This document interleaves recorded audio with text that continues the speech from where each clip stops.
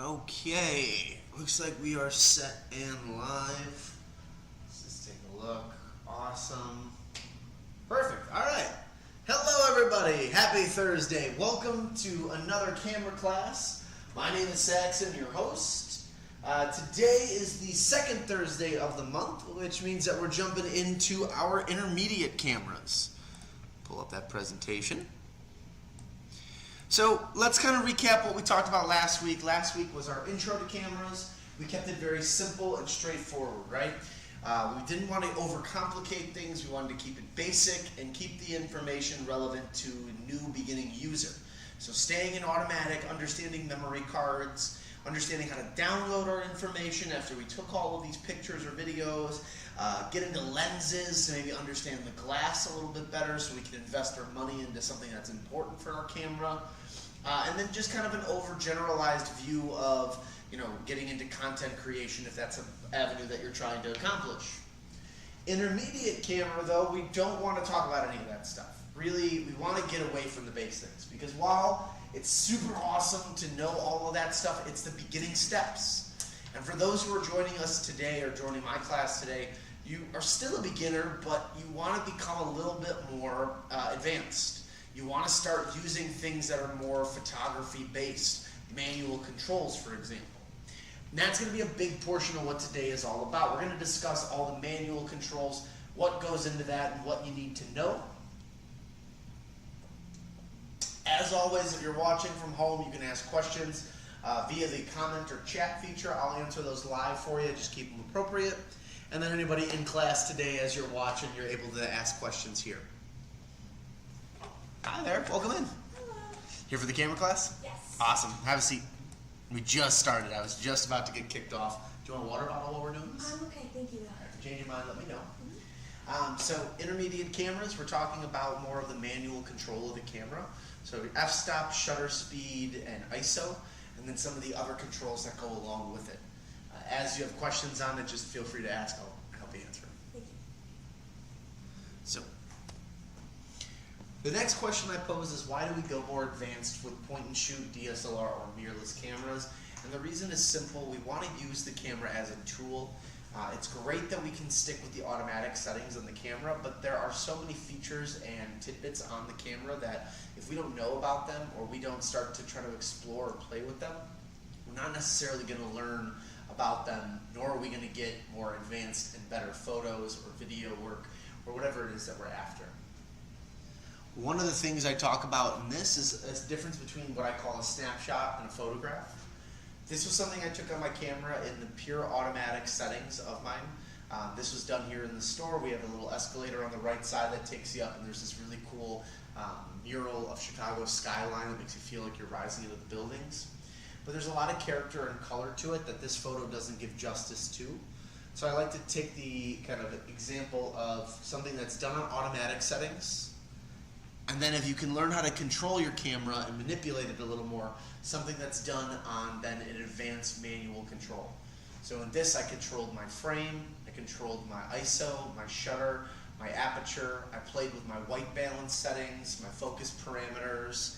Also played with then my rule of thirds as well too, making sure that I kept the horizon line, dividing my photo up into 9 individual squares.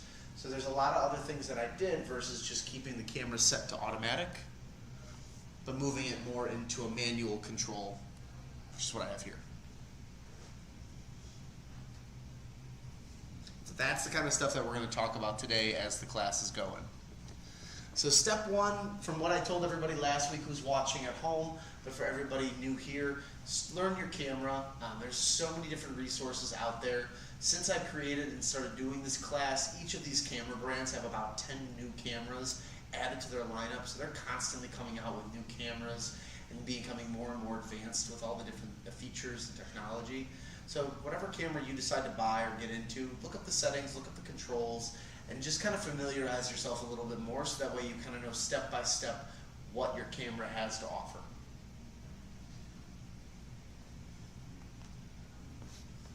So where we're picking up today is the mode dial. That's going to be the primary focus that we have today, moving into the rest of this class.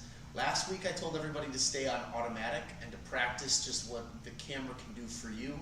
focus on framing and photo techniques, but then start to kind of experiment and play with different features. Today is really where we're going to start to learn more about those features and what they do. And if you have any questions as we're going, feel free to interrupt and ask. So your first steps, or the steps that I recommended at the beginning, was automatic, which is the primary focus of the camera. Automatic is simple, it's pretty straightforward.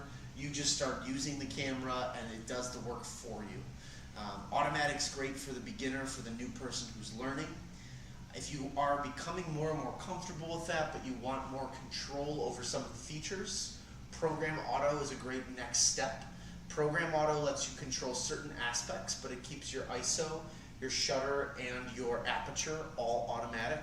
So now you can change focus parameters, or speed, or burst, white balance, things that'll help overall make the photo look better, but won't necessarily take away from those basic automatic controls. I was more interested in, I was wondering, will this be able to apply if I'm using the camera to film as well? Or is it can, yeah. So I mean, the hard part is that I teach both online and in person, so I have a bunch of people watching online. We don't necessarily talk too much with video, we mainly talk more on the photo side. I guess if there's a certain question you have, I can try to answer it for you so I don't waste your time. No, perfect. I'll just follow along. Yeah. I mean, whatever. And then at the end of the class, I do offer for just regular questions. As far as like filming and video go, we talk a little bit about that, but not too much in this one. Right. The advanced photography class, we talk a little more about video towards the end, primarily in the photo realm. Right. I'm just trying to figure out the bits and bobs. You do your thing. Yeah. Well, by all means, anytime you have questions, please ask. Aperture priority, shutter priority, and full manual are what we're going to talk about today. Aperture priority is just control over the aperture of the camera. Shutter is over the shutter of the camera, and then obviously the full manual is we take all the controls from Program Auto through Shutter, we combine those together, and we have a full experience where it's us controlling the camera and deciding what exactly it's going to do for us.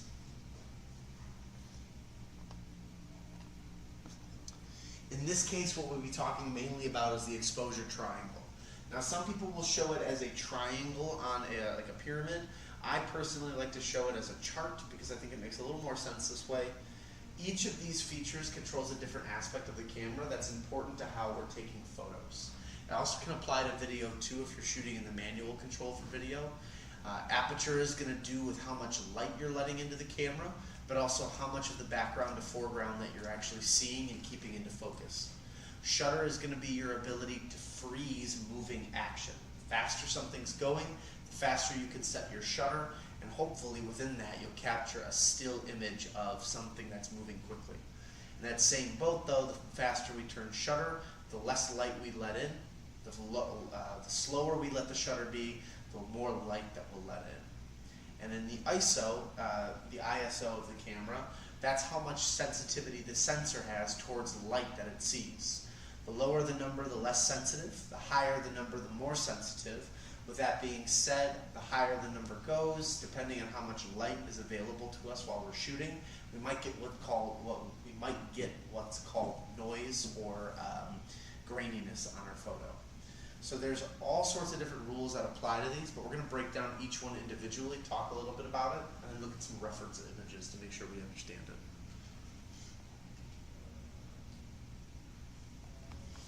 So first up is aperture.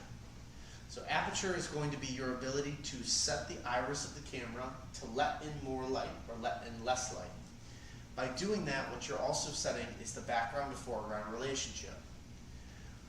Higher end lenses can get us really low numbers. The lower the number, the more wide open our aperture is. So at 1.4, we don't see any of our background, but our subject matter that we're taking a photo of is in full focus.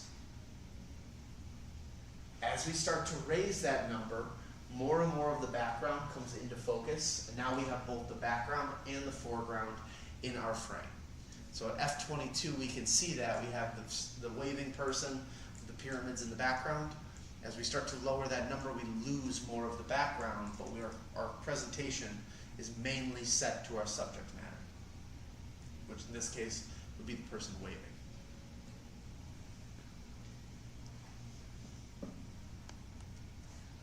These images show some good ideas of what that can look like. So if we look at the dog's nose on the left side, the dog in the background is blurred out. The dog in the foreground, we have more focus on that. We can see the grooves in the nose, but we can also see that the dog towards the back isn't blurred out all the way to the point where we can't tell it's another dog. But it's finer details we can't see. On the squirrel, on the other hand, on the right side, the squirrel's in perfect focus. We can see the squirrel. It looks like it's eating something of some kind. The background, while it's green, is very pixelated and blurred out, so we can't really make out quite the perfect details of maybe what tree it is or location-wise. We can make out little bits and bobs, but not necessarily the whole thing. Benefits to using aperture priority could just be the ability to blur the background out and change our focus so that way our subject matter is getting the most attention in our photo or video.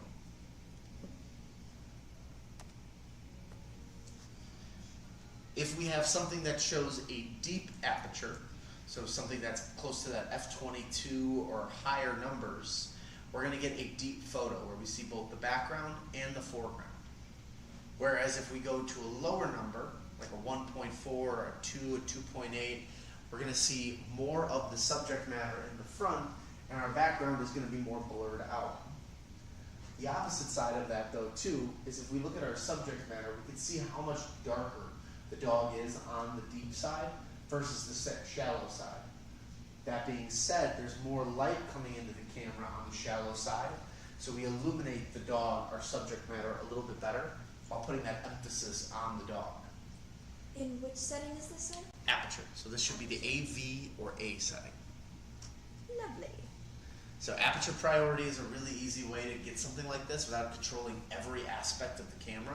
And if you are shooting video, you can set these numbers on there. That'll help blur the background out, especially if you're just trying to focus on someone in front of you. If it's more of a whole shot that you're trying to take, then you can go to a higher number and you'll be able to get both the background and the foreground really well. And aperture is how much light is being let in. That is and as so, well. So Yes. it sort of controls the focus. Gotcha. Yeah. So it helps the focus and that light that comes in. So the higher the number, the deeper the image gets, but the darker the image can be. The more shallow or the lower the number on the aperture, the more light we're letting into the camera, but the more of the background that we're blurring out. I believe I have this photo. I like this one to explain why would we want to use aperture priority. Here you have a beautiful scene with the sunset going in the background, water, rocks. It looks like a small town in the back left corner. This would be a great way to use aperture priority because you can change it up. If your focus was just the model or the subject matter in the front picture of the girl or the woman standing by the mountains there, then that would be perfect because you could blur the background out and just focus in on her. But if the goal is to capture the entire scene, then you could use this image as a whole to kind of gauge that, right? We want to get both her and the whole background. We can use aperture priority to focus on both. But if she wanted to not have the background and just wanted a portrait picture of herself, well then we could blur the background out and make her the primary focus of the image. So aperture priority, when would be a good time to use it? When you're back and forth between taking scenic pictures or scenery-based photos, and you also want to focus in on just your subject matter, and you might balance between the two.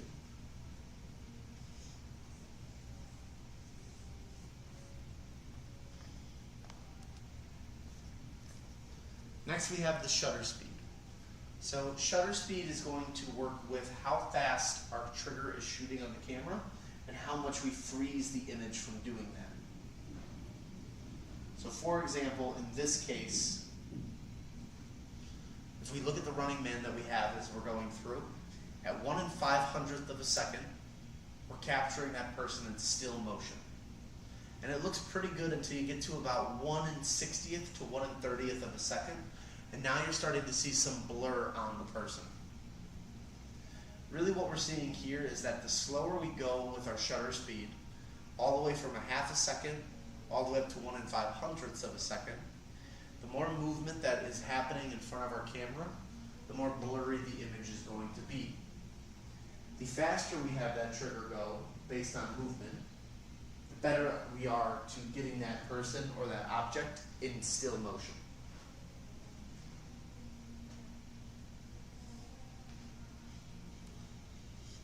To freeze something that's action-based or fast or quick, we want to look at something that's 1 in 1,000 or faster.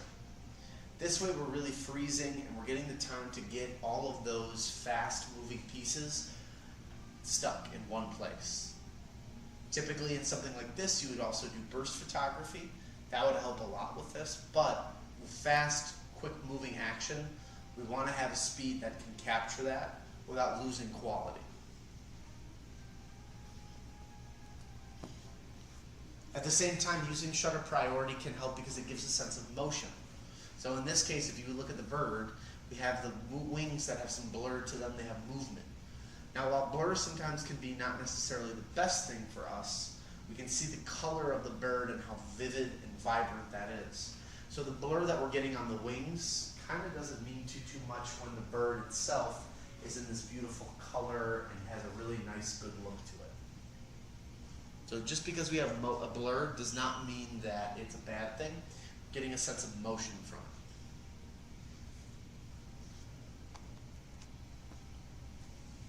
We can also use shutter speed priority for long exposure. So if we're trying to capture mood or get a lot of saturation or color, the longer we leave our shutter open for, the more we're going to get from that. Beware though, because if there's movement going on within our photo, it can add a level of blur. And you can see blur in this one specifically in the waterfall, which doesn't look terrible because the waterfall still falls in the same pattern every single time. However though, the greenery, the grass, the moss, the rocks, they all have a beautiful vibrant color and all sorts of different shading of green.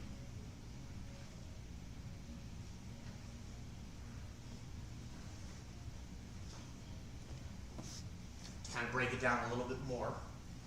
The slower the speed goes, the more color we're going to get, or the brighter a photo is going to look. The faster our picture goes, or our speed and shutter goes, the darker our images are going to get. The most important part though within that is that the slower things go as far as a moving object, the more blurred motion we're going to have. But the faster our shutter speed goes with a moving object, the better chances we have to freeze framing and capturing that in a still frame.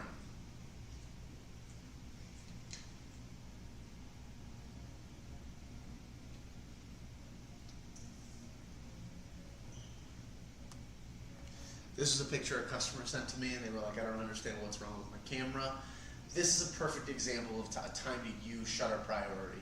They were in downtown Chicago or on the lakefront. They had an ultimate frisbee club or game that they were a part of with this league, and they weren't using the shutter priority mode. They were using an automatic setting. Automatic does a great job, but it lacks on sensing motion and being able to tell when objects are in full run or sprint or movement.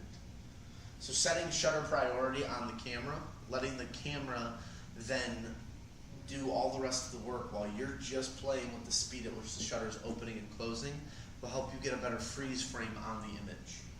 If you're taking video as well, a faster shutter speed could be great if you have a lot of movement happening within your video. If there's not too much video, then you might not necessarily need to worry too much about it. A standard shutter speed will be more than enough. But in this case, you got two people running in the left side of the image. You probably want to be at least a 1 in 1,000th or faster to capture and get that in a still frame.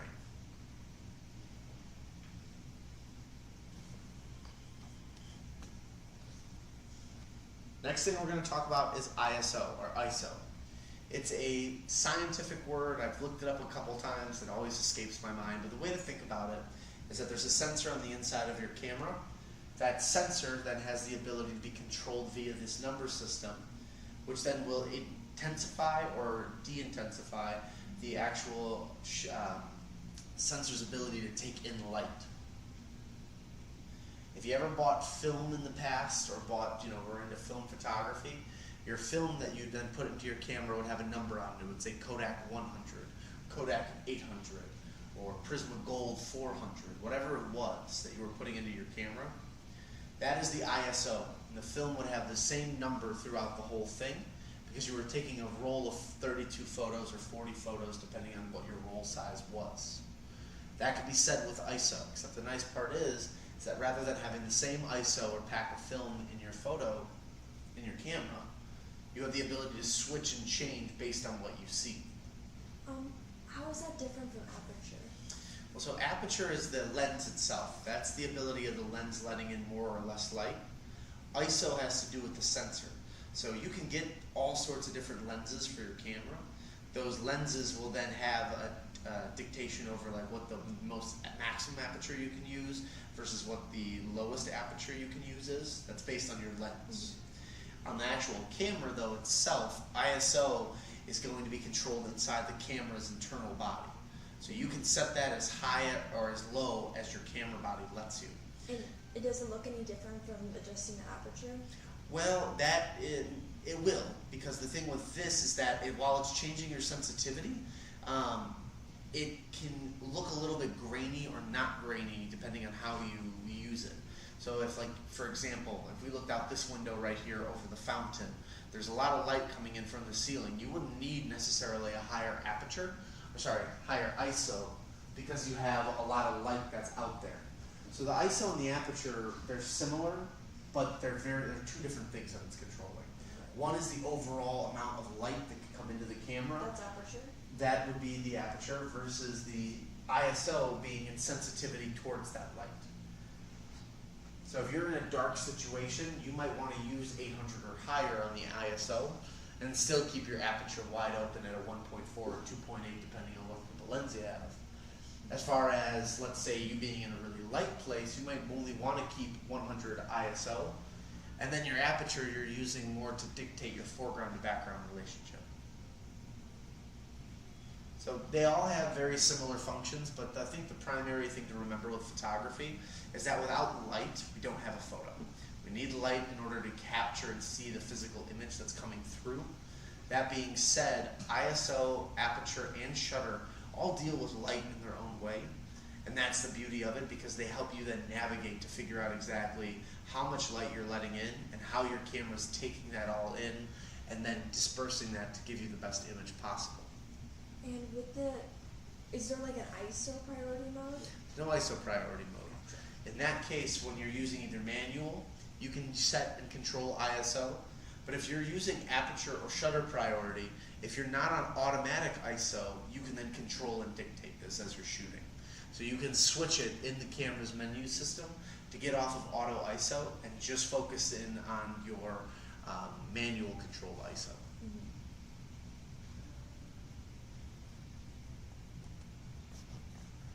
Another example of what ISO can look like and do when you go through and dictate it. So at a low number, you have a dark photo, there's not a lot of sunlight being out there, so the camera sensitivity is lower. Versus at the 1600 level, it's much lighter. You can still see the rainbow, the colors of the different rocks on the shore there, and then the sand or water that's below as well too. You can see all that within the visibility.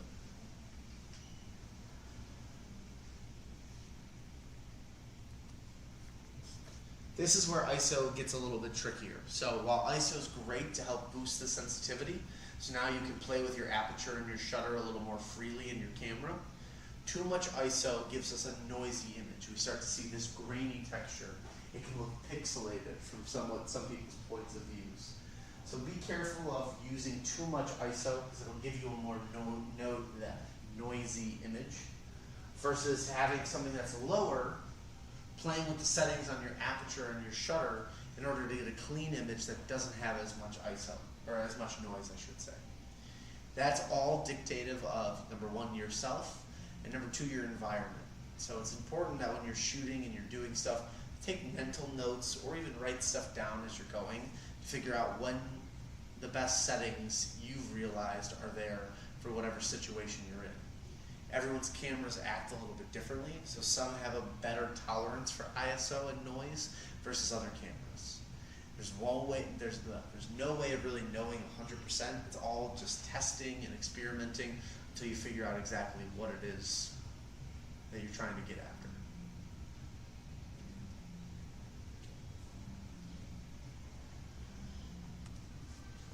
Auto ISO. So again, if you're on aperture priority, shutter priority, or program automatic, you can set your ISO to be automatic or you can manually control it. Why would you want to use auto ISO? I always think of auto ISO as the kind of main thing or main automatic setting you should have. It's great because the camera will regulate your ISO automatically through its internal sensor, which at the end of the day, camera sensors are very intelligent, they're smart, they do a good job at going through and automatically updating ISO depending how much light is coming into the camera. If you want to manually control it, that's totally fine. You can change that within the settings and the menu, and then from there you can set the number that you want when you want that number to hit. Now you can also do this in the full manual control, but now again you're controlling your aperture and your shutter manually, and everything else is going through automatic, especially when it comes to the ISO.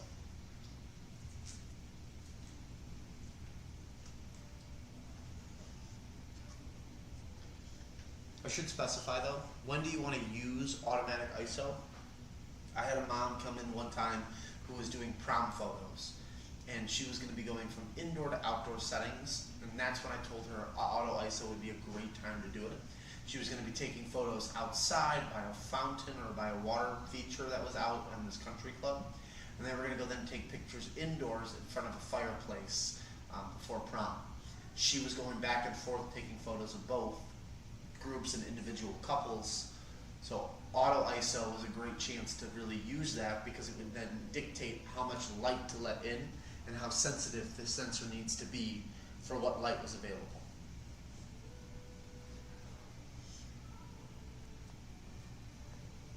So to review a little bit more, aperture, you're controlling the foreground and background separation of the photo.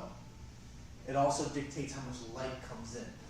At f16, we let in the least amount of light, and at f1.4, we let in the most amount of light, except we're blurring our background out the lower we go from f16 to f1.4. When it comes to shutter priority, the faster that we pull the trigger, the better of a chance we have to freeze the image as it's going. But the faster we set that shutter, the less light we're letting into the camera. So we might have to counterbalance that with our aperture, depending on what we're taking photos of, what time of day is, and what time of day it is, and what lighting looks like in our environment. Lastly, ISO. That changes the sensitivity of our camera. So it's another thing to play with it with these two, because as we change our ISO, we're letting in more light or we're letting in less light, making it more sensitive on the sensor or less sensitive. The higher we have it is fine, but we have to keep in mind how much light is in front of us because it can cause our image to become pixelated or grainy and just not give us good definition.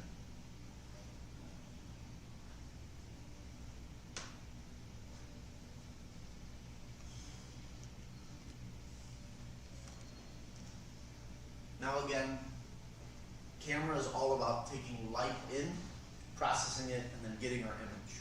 So it's a little tough to really say that one thing controls one part of the camera.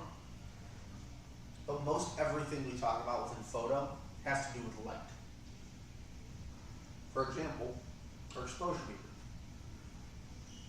Our exposure meter, there's going to be another aspect of our camera that will actually make our photo lighter or darker.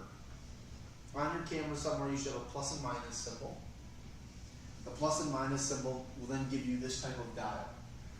Every brand does it a little bit differently, but typically what it is it shows you the center line where you have not a higher or a lower exposure. It's meant to be right in the middle. From there, if you raise your exposure higher, it's going to make things brighter on the image. And if you lower your exposure, it's going to make things darker. Where something like this is beneficial is if you've been playing with your settings on your camera, trying to figure out where everything is, and you've got it all figured out, it looks okay, but there's a little bit more tweaking that needs to be done. You try aperture, you try ISO, you try shutter speed, and it still isn't looking right. This could be another thing to play with and change, because it'll take the frame as a whole and make it darker or lighter.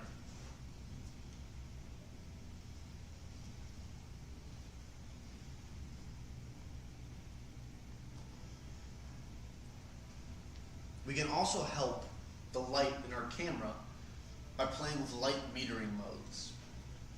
Light metering can be done in both photo and in video, but what it does is it dictates where exactly it's reading the light from. For example, multi-matrix, multiple, multi-segment, evaluative. Those are all words for the whole sensor or multiple. It's taking light from every corner, every facet of the entire sensor, putting that into your camera, and then allowing for it to read light across all the different spectrums. Versus something like center, which is only going to look at the middle of the photo and what's coming off of the middle. So even if you have a little bit of light in the top left corner of your image, center isn't looking for that. It's looking for the dead middle, but it will come off a little bit and start to look for smaller bits around that center point. More dramatic, moody type photos. Spot is only going to do it from the center. You cannot switch it from there. A lot of the spots, though, you can move around and you can dictate where exactly it's reading light from. It's a spot. And then brands like Sony or Canon have partial or entire screen average, which are kind of self-explanatory. Again, it's a fun feature to play with, especially when you're trying to kind of rule how much light or where the light is being read from on your camera sensor.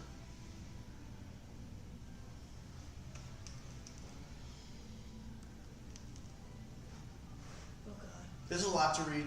Definitely take pictures of it, take a look at it. White balance though. And this is for photo and for video. Think about it this way. The color white is not just white by itself. There are versions of that. And you can see that with like the flash color in the middle there with the little thunderbolt coming down. That's in the direct middle. But think about light in two different ways. There's warm light and cold light. Christmas time, when you've got that, you know, those LED fluorescent light bulbs on stuff, they look cold. They look very kind of bluish white. But then you might go to like the summertime and that heat and everything that radiates off of a fire, for example, right? A fire pit in the summertime or whenever, that's red, it's orange. It's more of a sunlight or a sodium vapor. Incandescent. Fluorescent is more of a cold, dead tone. And incandescent is more of that orange-red tone. When you're taking photos, naturally, you're going to have different types of lighting situations. And you can change those within the settings by playing with the white balance presets. Light will always affect the color white a little bit differently. And because white is within all other colors that we know, it helps manipulate those colors a little bit more as well, too. So depending on where you're shooting or what you're doing, you might want to go into your camera settings and play with your white balance presets to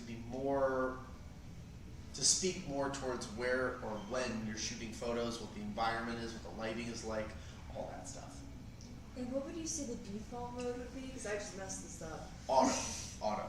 Ah, that makes a lot of sense. Auto for the lighting would be perfect. Now you can keep switching around and playing with it. The best part is that for the most part, you can go back and change everything. Lovely. So you don't have to worry about. Oh, you can change it in post? Yeah, you can change it in post too. Lovely.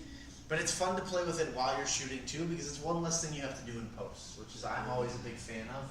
My goal whenever I'm shooting, and this goes for anybody watching at home too, is I want to change my camera settings as much as possible, so that way when I go and let's say I'm putting together right now a video for the Hinsdale Animal Rescue, I'm sitting there and recoloring everything as I'm going back, changing the white balances, playing with different presets to make sure that the video all looks clean and cohesive together. And that's great, but at the same time that's extra work now tacked on. So rather than me spending an hour playing on the computer, editing, cleaning up some stuff, spot cleaning, trimming off things I don't need, now I'm spending 2 to 3 hours because I have to go through and make sure the color looks cohesive and that things flow as I'm cutting and going through my video. And let's say that you are someone who's extremely creative and now you have your own kind of settings that you like the most that are customized. Most of these have something like pre, where you can change the color and edit it and make it any way that you want. It can become your own personal filter. I personally stick with auto. Every once in a while, I might move into more of like a direct sunlight or a fluorescent. I typically don't get too crazy with the white balance because again, if I do need to change something, I can always edit that little bit in post.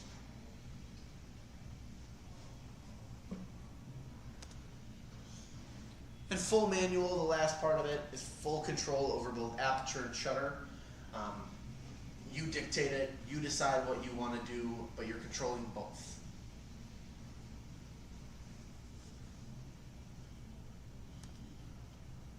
Now, let's look at some images real quick. I'm going to talk about what I see and how I'm dictating them.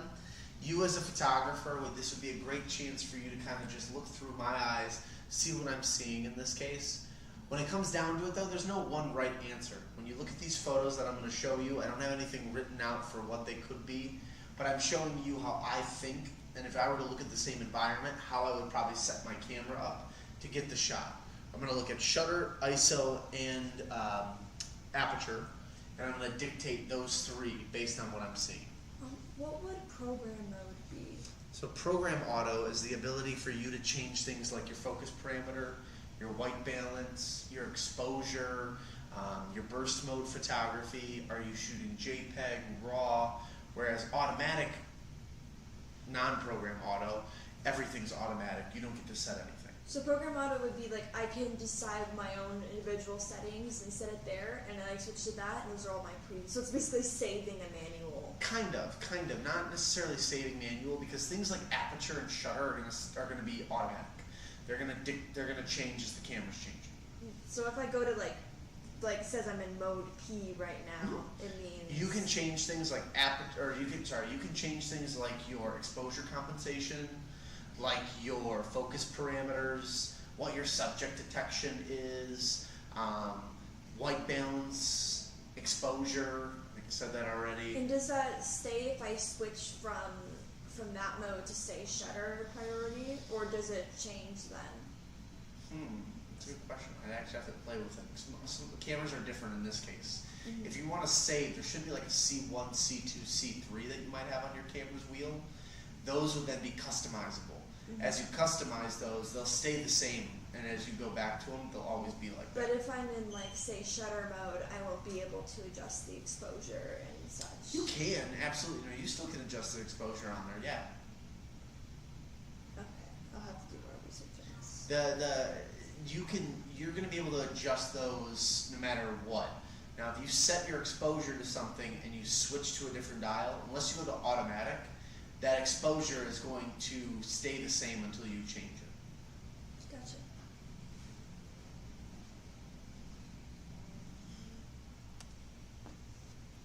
So in this first image, we have a landscape picture.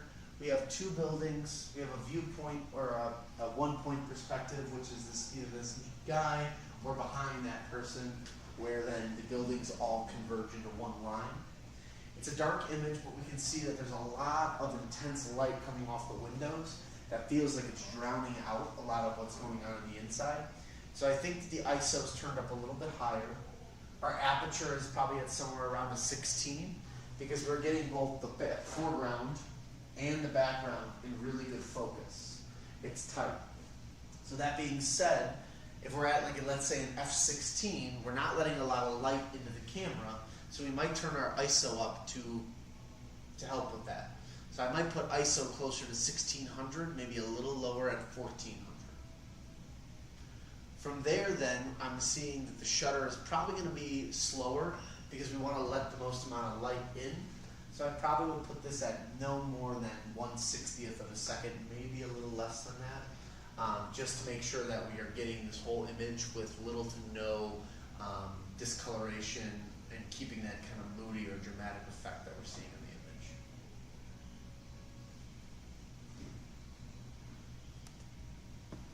Here we have the cherry blossoms. Our cherry blossoms are in full focus in the front. The background is blurred out, so I would probably put this at a 2.8 or a 4. As you can still tell at the back, there's our sticks and cherry blossoms. Light or ISO is probably low. It's probably 100 just because of how nice and sunny it is outside, and you can see that in the color of this.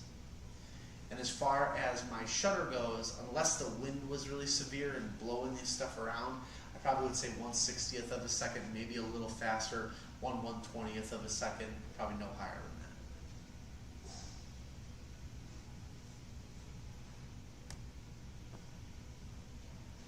Here we have the two firemen. The fireman in the background is completely blurred out, yet we can still tell that's a fireman.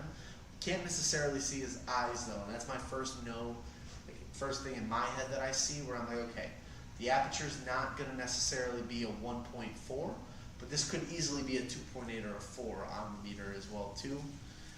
As far as the shutter goes, unless they're walking fast, I probably would put this at no more than 1/60th or 1/100th of a second.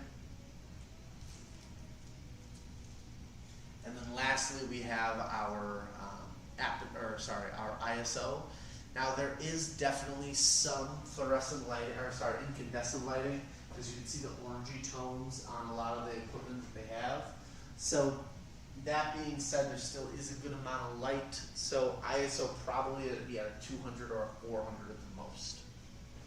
They are probably indoors for this photo. You might want to turn it up a little bit more when you're indoors for ISO, because you want as much light as you can get in your surrounding area.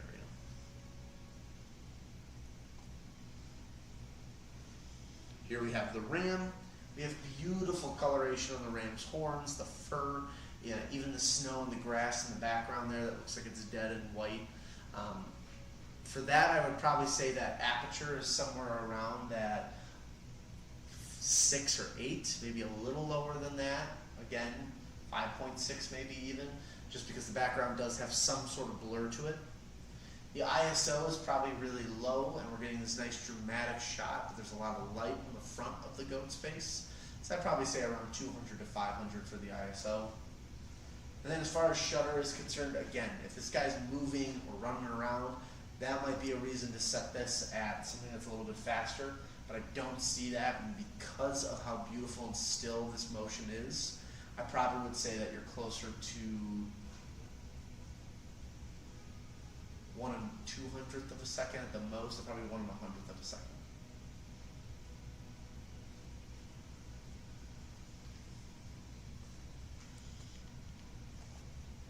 Here we have really good motion. So we're definitely at 1/1000th of a second or faster, given how fast dogs can run and jump and catch. Probably even closer to 2500th of a second. Aperture is going to be low.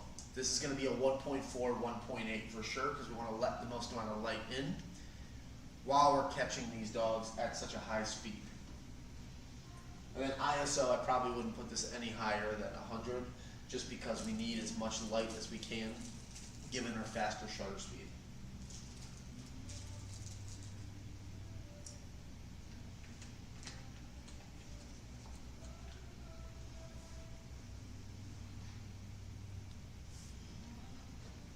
And last but not least, we have a football player jumping into the end zone, scoring a touchdown. Lighting looks good. I probably would say that this is an ISO that's a little higher, because again, we have good speed that's happening in this. If a football player is running into the end zone and you've got tacklers behind them, they probably evaded a couple tackles, so they're running at full speed. So I probably would put this closer to like 400 to 600 ISO to bring in more light. Because my shutter speed's definitely at about a 1/1000th of a second. And you can really see the detail on that shot too, because you can see the turf being kicked up as the hand hits the ground. You can see all that stuff flying in the air.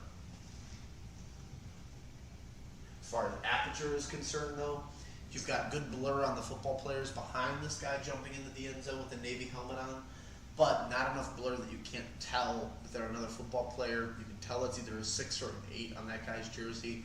So aperture wise, I probably would put this at about an 8. Maybe a little higher than that, or a little lower than that, maybe a 6.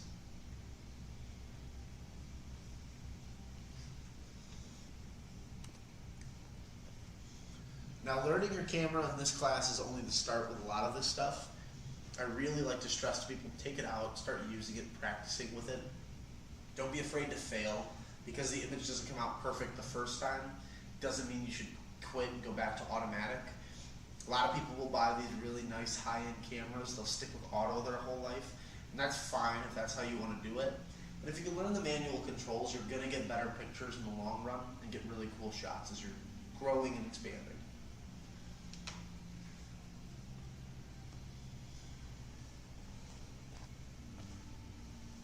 My best classes or best accessories that you can get without buying or spending a lot of money. Practice was number one. When I was in college studying photography at the time, I used to go grocery shopping. I'd still have my camera with me, and I would take pictures of the grocery store, like how packages were lined up on shelves. I just thought that stacking those things behind each other looked so cool. And I would work on depth of field as I was trying to take a picture from the front of a shelf to the back of a shelf. Classes are great too. Almost all community colleges have classes of some sort that are non-accredited. You won't pick up anything that you need for your college degree, but you'll get professors and people who really care and love to talk about stuff, teaching you tips and tricks that you might want to learn. YouTube is my personal favorite though. I built an entire bathroom in my house just using YouTube by itself. If you are trying to learn how to use your camera, how to film, how to take better photographs of something particular or niche, there are hundreds of pages dedicated to it that'll teach you everything you need to know. Workshops are great in that same sense. And travel. If you're going somewhere for vacation, you're going on a holiday, you have a business trip coming up, you'd be foolish not to bring your camera with you and just start practicing while you're out there. You will find opportunities to take photo, whether it's the middle of the night, whether it's the middle of the day.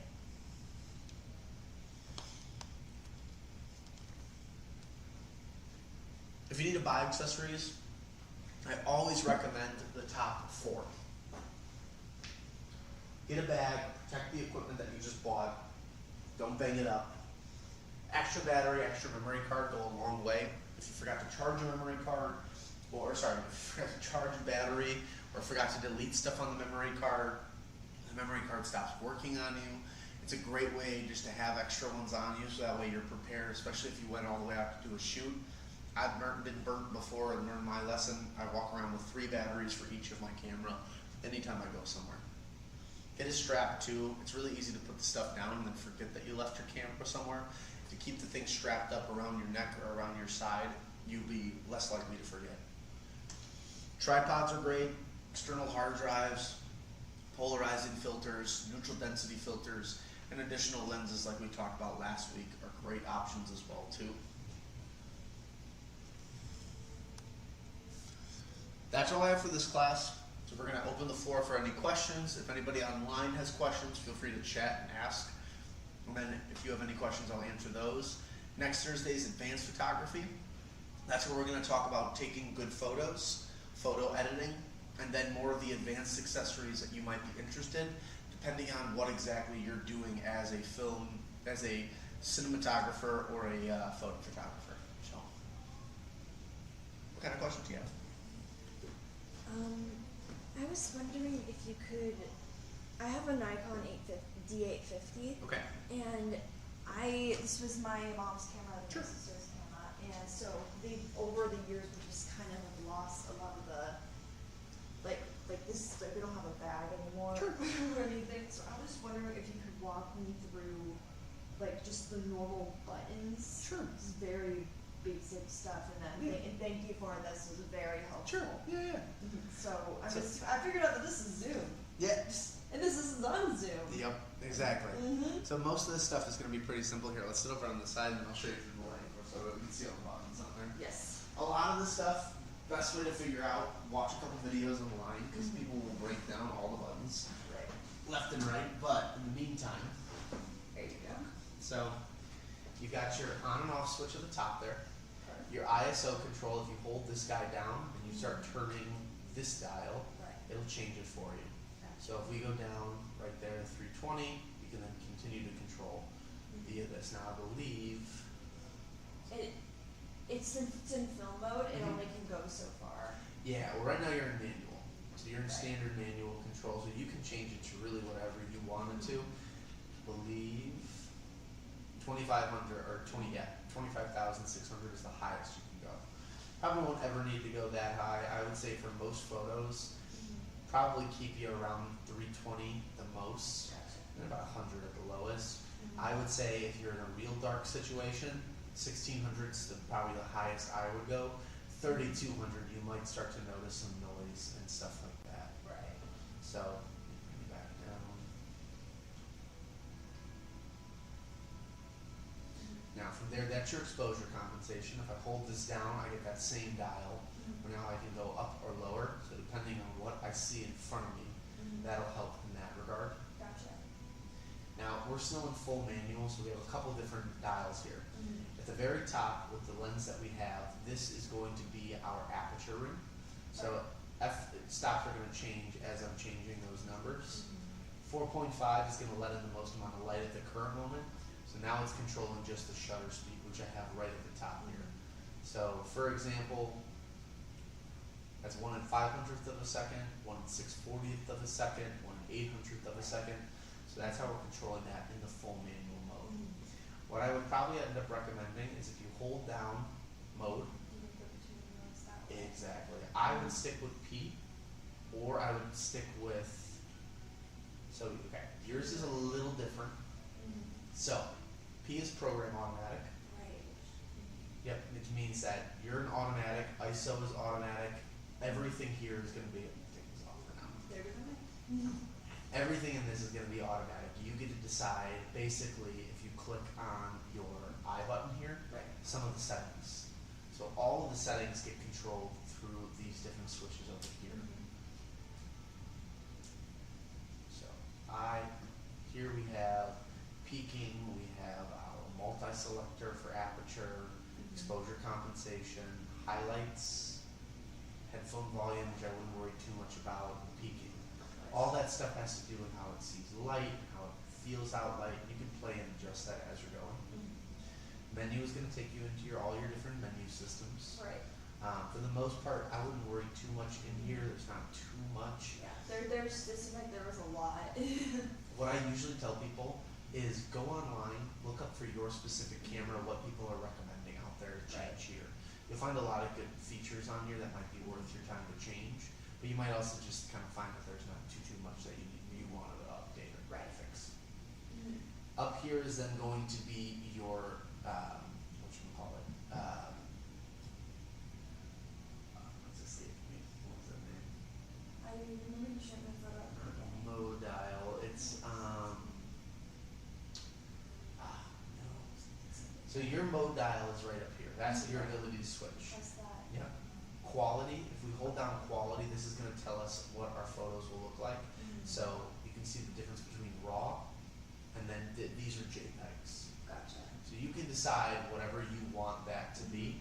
Also decide how big the file is. So small, medium, or large. That's what those three dials are there. Right. And then this is then going to switch you between like basic. But the basic with the star is a little bit nicer. Normal with a star. Fine with a star. I keep you at fine with a star. It takes the most information, but it takes the cleanest photos. Now if you switch to RAW, no problem with that. RAW is made more for editing. So if you plan on doing, Photoshop or InDesign or Lightroom, fantastic. And include that. So. Take your time with it. Don't worry too much. I would just keep it at fine, and then let's just put you at the larger one. Again, it'll take up more space, but it'll give you a clean image while you're still learning and getting used to all And this. do you think a lot of this is transferable to how it works with Mirrorless. photo mode? Yeah, oh yeah. So for the most part here in filming, you're just going to click that orange, that red dot. The DSLR cameras, unfortunately, really aren't built amazingly for video. Right. So if you're going to do video, you just click that red button. It's then going to do all the work for you. You can see right now that it's already started. Click when we're done. Now it's done. So I would say the big thing for filming is try to use a tripod as best as you can. Right. And then try to keep it as cool as possible. You can feel how hot it's getting at the bottom, and that's just from being turned on. There's not too much you can do to get around that. That's number one, the age of the camera, but then just two, the features that you have going on here. Right. So keep that in mind. But So what do these different things mean? that is going to be your, that's what I'm trying to figure out, I forgot what the name is called. Either way, so S is for single. That's going to be for a cluster low and a cluster high. So if I hold this down, I'm able to do that, where I'm taking a bunch of photos consecutively. If you've got motion or something that's fast in front of you, you can set it to high and it'll go quicker. You can also set it to the low, it'll go a little bit slower. You hold this button down here to activate that, and then you can just turn around. So that's your timer. and then quality control, just quality. You've got a few different ones to play with. I would just take photos in each setting to practice with it to learn a little bit more. Right. But S is going to stand for single. So if I do single, it's just going to take the one shot. Gotcha. Now you got white balance up there. Hold that down, and now you're able to adjust your different white balances. Right. You can see on the top there, auto. There's your. They've got a whole booklet of what those stand for. He also says it here. Or Yep. oh, it just So yeah, says similar. So shade, cloudy, Mhm. direct sunlight, K for Kelvin. So now you can actually change the number on here to pay based on it. So the higher the number goes, I believe, the warmer it gets. The lower the number goes, the more cold it becomes. Right. So yeah, you can see how that's kind of getting cold. Now it's getting more orangey, and so you can really dictate the style of put that down to 5. Right. But again, and then pre is then going to be your ability to set and customize what you want it to be. We keep you at automatic so that way it's there. Quality of the image. So again, we already talked about that. The next one then is then your light parameter. So you can kind of see it in the top corner. Mhm. That's multi. That's that one that radiates from the center. Or sorry, that's the one that radiates from the center. Right. And then you also have your single spot. Because I also noticed that there's one where it kind of looks like you can see almost like the edges of the No. lens around. That's gonna be that guy right there. And all it's doing is that if it sees light like if it sees light right here, Mhm. or it sees light like right there, it's gonna pick up. Whereas the other ones are gonna be primarily focused just in the center, which is really cool. You can get moody, really fun shots with that, and it translates again into video. So all the settings will affect how the video shoots, especially in the P mode. And for getting into focus, I've just been manually like moving this up here. Move that to A, Move it to A. automatic focus. Automatic focus. If you're gonna focus on video more, I definitely would stick with the N though, because here's the problem. Let's say I'm filming this way, and now someone walks in front of my camera, the camera's gonna automatically focus on what's closest. Right. That might be just like trying to get a far away shot. And exactly. So then in that case, I'd switch to the N, and then focus on just using that guy in the front to get the shot. If not, switch to A, hold that button down, Mhm. and then from there, so there we go, turn the touch focus off. You get a little square all the way at the bottom.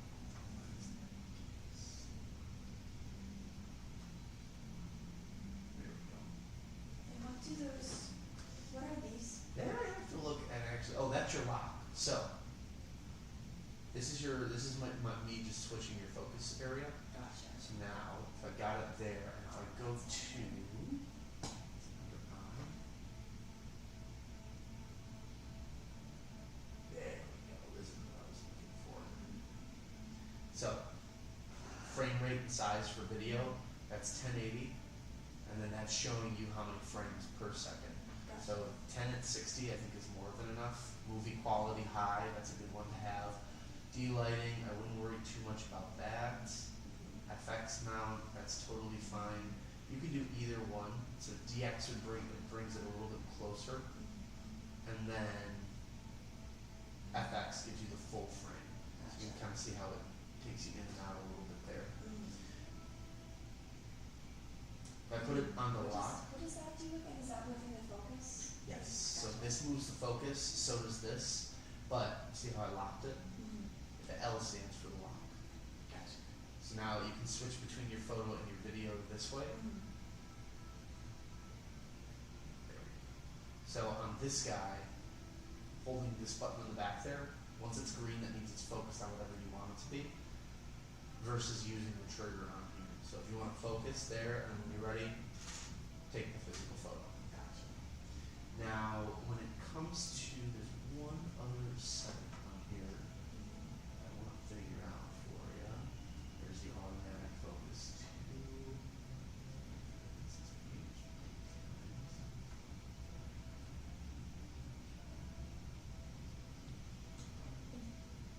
How do you? What was the exposure button again? So exposure is to make something lighter or darker. So if we're in program and I hold this guy down, it should, yeah. And then in theory, if I take the photo, Mhm. see how it looks really Yes. light and overwashed. Now if I hold that button down, I'm gonna go down the other direction. So I had it up to like plus 1.7. Let's go down a little bit further. Now we're gonna go to minus 2.7. Oh, wow. Isn't even, okay. So That's good to know. what's cool with that is, let's say you've set your camera up, everything is the way you want it to be. You're like, it's perfect, but there's still something wrong. That's where you can change that. Right. So now I'm gonna hold that back down, move you back over to just 0, so it stays in the center. Other than that, Do you know anything about audio? Or, I mean, slightly. What kind of questions do you have? mostly, I'm assuming that I can, if I connect my headphones to the camera, Mhm. like with a wire, then I can hear what the camera's hearing. You will. Now, you'll hear it as it's going. That's gonna be this plug right there. There's your headphone plug, and there's your mic plug. But yeah, it should be both when you're going and then post. So then if you hit playback on there and listen to it, you should be then able to hear everything that it just did. So, and do you know if the audio will already be synced with the camera? Yes, Okay, yes. so it's already synced with the image, so I just 100%. attach it and I You don't just- have to do anything extra. Gotcha. When you get into post editing, you're able to then splice the audio. So in there, the file should have both video and audio where it's attached. Most audio file ones will have it where if you click a certain button, it'll detach the audio. And now you can either mute that completely, delete it, supplement your own one into there, whatever you want. Right. And if I were to, do you think with this camera, do you think it'd be possible to have, let's say, if I wanted to record all like on street audio with like a lab for like talking Yeah, to you people on could, the street? absolutely. What I would then do is look into like the wireless microphones. Yes. DJI makes probably my favorite one that's out there. The transponder will fit right here. Then it'll have a wire that plugs in just like this one. The transponder will then connect to either 1 or 2 different microphones, and then you can do with whatever you want with them. Transponding distance is about 70 feet. Okay, that's good. That works. Okay. Nice. Other than that, If I'm gonna be, I'm planning on I'm planning on filming in Chicago with Yeah. a lot of movie people. So Yeah. what setting would you recommend for capturing like? I would, to start, to get used to this whole thing. Right, because I'm kind of jumping into a big project without knowing a lot, just because Yeah. of how the timing of how events are working out. Yeah. So I'm just trying to rush the process. I think that the best thing that you could do on yours, best thing you could do on this would be keeping it on program auto.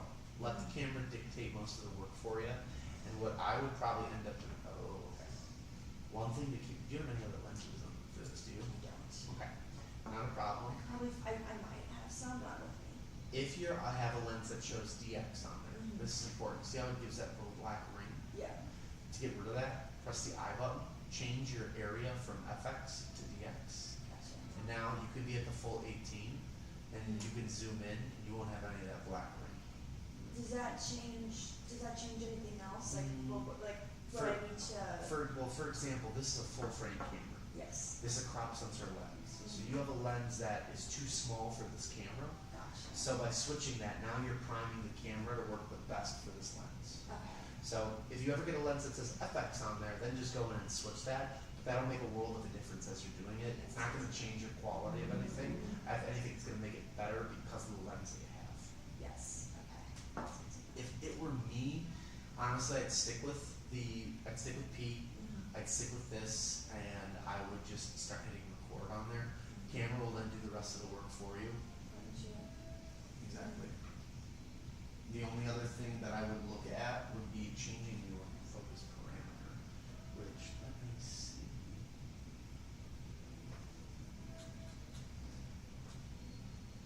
And when in P, by like doing one of those dials, will that automatically change because like I've noticed that it's not changing the shutter speed. No, it's not. So that's what you want to start changing. Hold mode down and then go to that one. A stands for aperture, S stands for shutter, Oh, so you go to those modes to change it, 100%. and then to actually shoot it. Well, no, so if you're in that mode, the camera's gonna do the automatic for you, but now you have the ability to control aperture. So if I start turning this dial, Right. I'm gonna start changing my f-stop on there. Right. Okay. Okay. Good to know. But if I And start, does that change stay if you switch to P? no.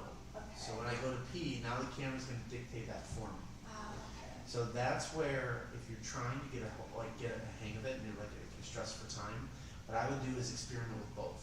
Play with aperture, Then as you get better with it, play with shutter, practice on that a little bit, then take what you learned from that, go to manual, and start playing with both of these two dials at the same time. Your camera, then you can dictate ISO with it, and you can set it to be whatever you want. Again, it all depends on what you're thinking that you want.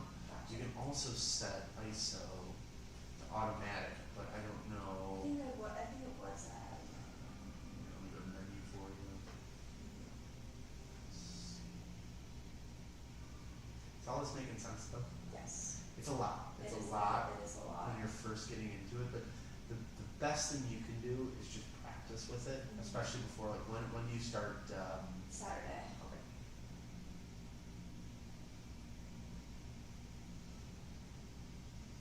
So you've got at least a couple more days to practice with it.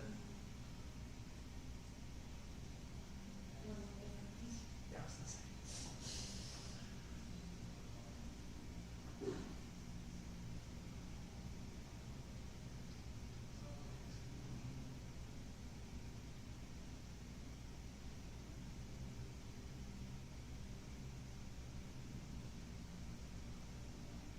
Somehow your auto ISO. It's been a minute since I've used, cause I shoot it right now currently on all DSLR, or on mirrorless. But this will definitely get you prepared, so that way eventually mirrorless is gonna make a lot more sense.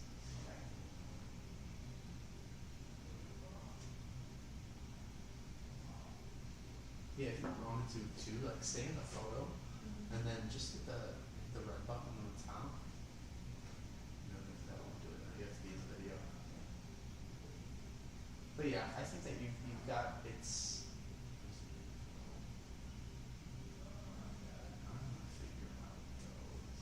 So just like I have like a more day to prepare, so like, Yeah, mess with the settings, just like take photos of stuff. take photos, keep practicing with stuff, play with both of those settings on there, feel a little more comfortable with them. Go ahead. I'm also planning on coming back tomorrow to get more equipment. Yeah, absolutely. Come on in. Myself, I think Giselle was talking to you.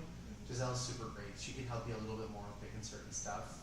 Yeah, I think that you've got a decent amount of stuff here. I would probably get another battery if I were you. Yes, I do have another I battery, do, so yeah. not extra battery, but it's okay.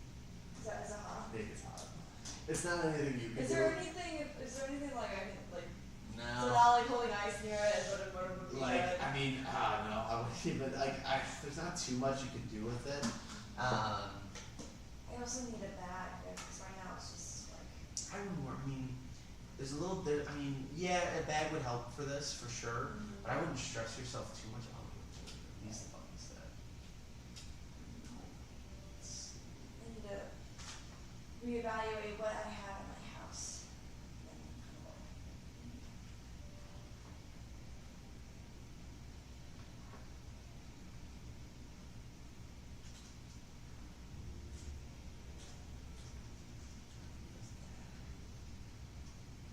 One thing I might look up is to see how to change your square.